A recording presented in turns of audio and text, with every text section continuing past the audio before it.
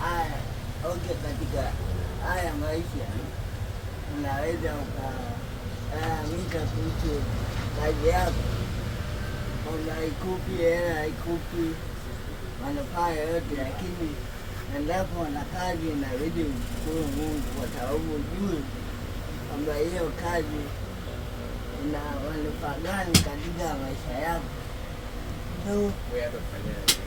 Mshukuru Mungu kwamba una kazi ya kufanya, kwa sababu huwezi jua kwamba hiyo kazi ambayo unaiona ni ndogo sana. Kuna watu wanatamani kuwa na kazi lakini hawajabahatika kuwa na kazi, lakini wewe una kazi, endapo inakupa 200, 300 heshima, kwa sababu katika haya maisha unaweza ukaona kwamba unachokipata ni kidogo sana, lakini wengine wanatamani hicho ambacho unakipata. Sio, mshukuru Mungu kwa sababu unapata na kitu ambacho unakifanya ambacho kinaweza kukupa kile kitu ambacho kinaweza kukumudu katika haya maisha. Hakuna namna ambapo unaweza ukalalamika. Endapo Mungu amekupa kitu cha kufanya, endapo Mungu amekupa sehemu ambayo unaweza ukaingiza 200, 300, iheshimu. Shukuru Mungu kwa sababu unaweza ukatoka asubuhi ukaenda kufanya kazi, kwa sababu kuna wengine hata kazi hawana. Kuna wengine hata kazi hiyo ambayo wewe unaiona ni ndogo sana wanaitamani. Kuna watu wengine wanatamani hata kuwa na kitu cha kutoka asubuhi na kukifanya. So, iheshimu kazi ambayo unaifanya na mshukuru Mungu kwa sababu kuna kazi ambayo wewe umeipata au umeipata kwa mtaji wako na kuifanya.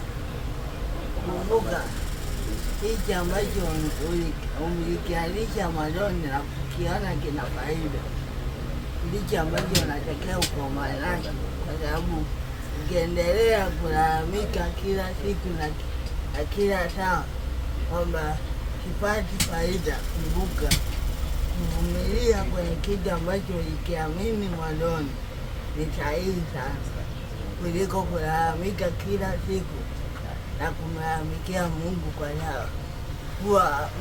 kuwa akupatii kile ambacho ulikuwa unakitarajia.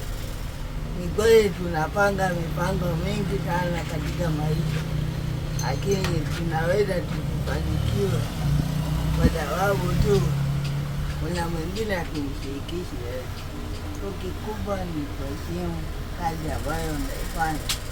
Haijaishi ni kubwa, haijaishi ni ndogo, lakini endapo kinakupa na kinakusababishia wewe uishi, inabidi kuheshimu. Wengi tunatamani kuwa na kazi, lakini kwa sasa hivi maslahi yanakuwa ni makubwa sana. Unaandisha kitu kidogo lakini maslahi yanakuwa makubwa. Kikubwa ni kwamba kama umeweka malengo katika hayo, hicho ambacho unataka kufanya, tembea pale pale. Misukosuko ipo, nyakati ngumu zipo, nyakati za hasara zipo, nyakati za faida zipo, lakini kikubwa ni kuamini tu kwamba kila ambacho wewe ulikiamini mwanzoni na kweli kikakuthibitishia kwamba kinakufanya wewe uishi, ndicho ambacho kitakachokupa nafasi ya wewe kuona kwamba wewe ni mmoja wa watu.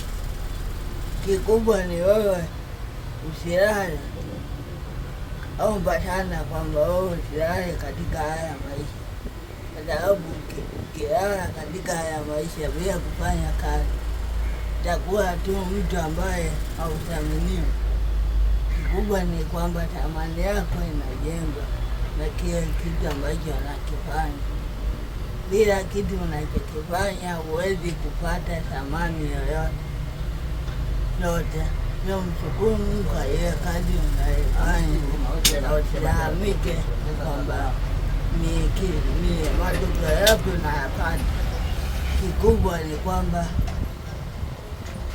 iheshimu kazi, heshimu kile ambacho nakifanya, na mshukuru Mungu kwamba unaweza kutoka asubuhi na kwenda kufanya hicho ambacho unakifanya hadi sasa. Maisha ya bila kuwa na kitu ambacho kinakuingizia pesa hauwezi kufika kufanya.